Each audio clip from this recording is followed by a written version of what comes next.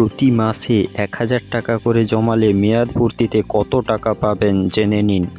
Post অফিসে সাধারণ মানুষদের জন্য রয়েছে 10টি স্কিম, যেগুলি প্রতিটিই ভিন্ন।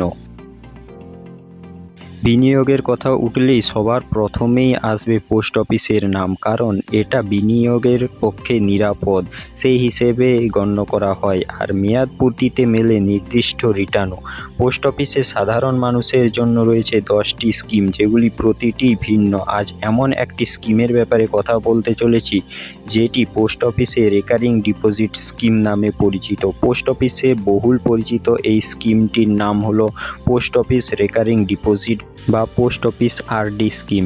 5 বছর পরে মেয়াদ পূর্তি হবে এই স্কিমটির। যে কোনো পোস্ট অফিসে আরডি স্কিমের আওতায় অ্যাকাউন্ট খোলা যেতে পারে। পোস্ট অফিস রেকারিং ডিপোজিট বা আরডি স্কিমের আওতায় সর্বনিম্ন ডিপোজিটের পরিমাণ হলো 100 টাকা, তবে সর্বোচ্চ ডিপোজিটে অবশ্যই কোনো সীমা নেই।